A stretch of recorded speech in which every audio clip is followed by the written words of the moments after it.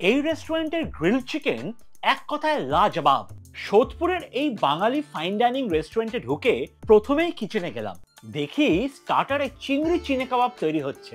সেদ্ধ করা গলদা চিংড়ির মাংস খোলস থেকে বার করে রান্না করে আবার খোলসে ভরে ওভেনে বেক করে টেবিলে সার্ভ করা হয়। যখন টেবিলে আসলো কি অপূর্ব গন্ধ, একদম ক্রিমি টেক্সচার।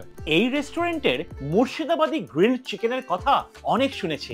ম্যারিনেটেড চিকেন থাইয়ের মাংসকে সঠিকভাবে গ্রিল করা হয়, খাবার আগে ওপর থেকে একটু লেবুর রস চিপে দিলে অসাধারণ লাগে।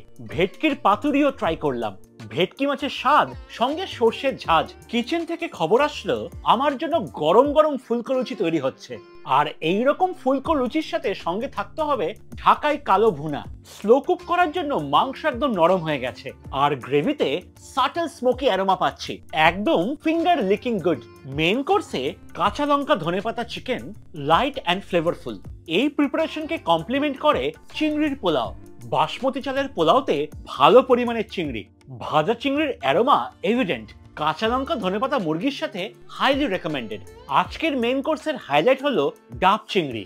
বাগদা চিংড়িকে সর্ষে, পোস্ত, নারকেলের দুধ, কাঁচা লঙ্কা আর নারকেলের মালাই দিয়ে রান্না করে ডাবে ভরে আবার স্টিম করে সার্ভ করা হলো।